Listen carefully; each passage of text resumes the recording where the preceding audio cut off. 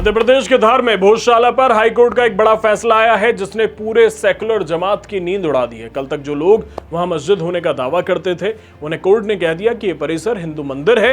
इसके साथ ही मुस्लिमों से नमाज पढ़ने को लेकर कोर्ट ने क्या कुछ कहा इस वीडियो में बताएंगे और आखिर में यह भी बताएंगे कि किस पैटर्न के तहत देश के मंदिरों को अपनी जागीर समझा जाने लगा है।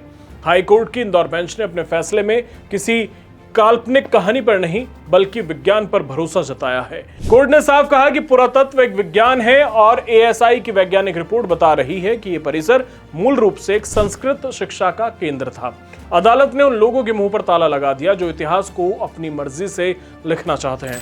कोर्ट ने कहा कि ऐतिहासिक और पुरातात्विक संरचनाओं का संरक्षण सरकार की संवैधानिक जिम्मेदारी है। सबसे बड़ी बात, कोर्ट ने 2003 के उस आदेश को भी रद्द कर दिया जिसने हिंदुओं के अधिकारों को सीमित किया था और जबरन वहां नमाज की अनुमति दी थी।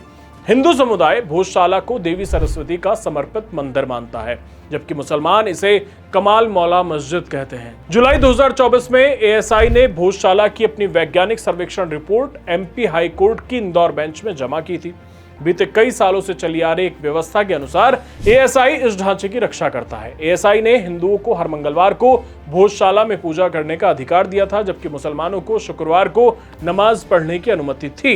मुस्लिम पक्ष जो हर शुक्रवार को वहां अधिकार जमाता था उसे कोर्ट ने दो टूक कह दिया कि अगर आपको नमाज पढ़नी है तो प्रशासन आपको जिले में कहीं और जमीन दे देगा, लेकिन यह परिसर तो हिंदुओं की पूजा पद्धति के लिए ही रहेगा। हिंदू पक्ष की ओर से भोजशाला का केस लड़ने वाले वकील विष्णु जैन ने इसे ऐतिहासिक विजय बताया है। उन्होंने कहा कि हाईकोर्ट ने हिंदुओं को पूजा पाठ का अधिकार दिया है और सुरक्षा व्यवस्था सुनिश्चित करने के लिए प्रशासन को निर्देश दिए हैं। आज भोजशाला के केस में ऑनरेबल इंदौर हाईकोर्ट का बहुत ही ऐतिहासिक फैसला आया है जिसमें ऑनरेबल इंदौर हाईकोर्ट ने जो एएसआई का 7 अप्रैल 2003 का ऑर्डर है उसको पार्शली क्वैश किया है और हिंदू समाज के लोगों को वहां पे पूजा पाठ का अधिकार दिया है। कोर्ट ने भोजशाला कॉम्प्लेक्स को राजा भोज का माना है, एक सरस्वती स्कूल माना है लर्निंग का। साथ ही साथ इसमें सबसे महत्वपूर्ण बात यह है कि भोजशाला के केस में जो हमारी मांग थी कि वहां से लंदन के म्यूजियम से मूर्ति वापस लाई जाए, कोर्ट ने कहा है कि सरकार इस रिप्रेजेंटेशन को कंसिडर करे और साथ ही साथ कोर्ट ने यह भी कहा है कि जो मुस्लिम पक्ष हैं वो सरकार को रिप्रेजेंटेशन दे सकते हैं जो रिस्पोंडेंट नंबर 8 है मौला कमालुद्दीन की तरफ से, और उनको अल्टरनेट लैंड देने के लिए सरकार उस पर विचार करे।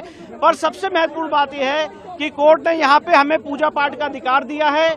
मैनेजमेंट के लिए सरकार को कहा है कि वो इसके मैनेजमेंट के लिए चीजें देखे। तो आइए अब उन लोगों को इतिहास का पाठ पढ़ाते हैं जो 1947 से पहले का सच भूल गए हैं। 1000 साल पहले धार में परमार वंश का शासन था। यहाँ पर 1000 से 1055 ईस्वी तक राजा भोज ने शासन किया।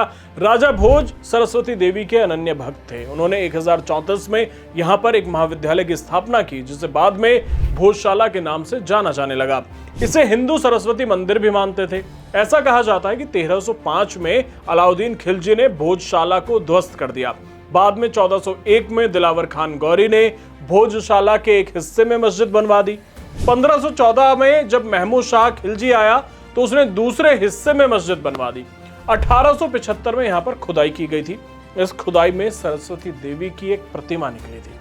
आपने देश भर में ऐसा एक पैटर्न नोटिस किया होगा कि हर मंदिर के साथ एक मस्जिद वाला विवाद खड़ा हो जाता है, चाहे राम मंदिर हो, मथुरा का हो या ये हो।